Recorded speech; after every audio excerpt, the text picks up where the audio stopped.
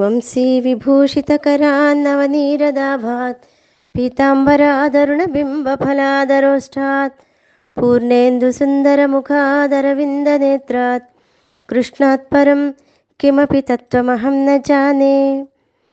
त्वमादिदेवः पुरुषः पुराणस्त्वमस्य विश्वस्य परं निधानं वेत्तासि वेद्यं च परं च धाम त्वया ततं విశ్వమనంతరూప.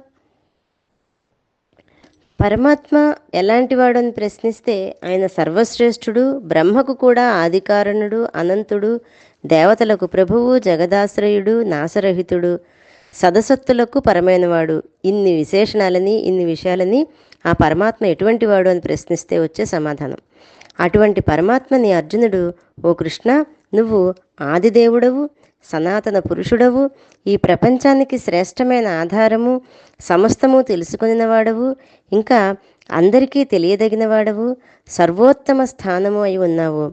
నీ చేతనే ఈ ప్రపంచమంతా వ్యాపించబడి ఉంది అని చెప్తూ, వేదాధ్యయనం వలన, తపస్సుల వలన, దానముల వలన కొంత కొంత పుణ్యము జీవునికి లభిస్తూనే ఉంటుంది.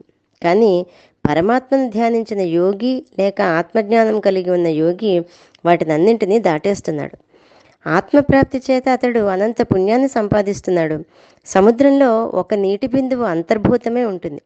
అలాగే బ్రహ్మజ్ఞానం వలన మహాపుణ్యంలో మిగిలిన పుణ్యాలన్నీ కలిసిపోతాయి.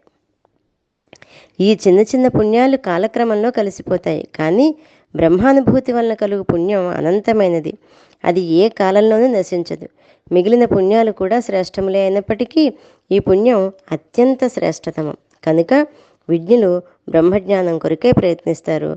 అటువంటి బ్రహ్మజ్ఞానం ఆ పరమాత్మను ఆశ్రయించడం వల్ల మాత్రమే కలుగుతుంది అని శ్రీకృష్ణ పరమాత్మని చూసి అర్జునుడు తన యొక్క అనుభవాన్ని తెలియజేస్తున్న సందర్భం. జై గురుదత్త.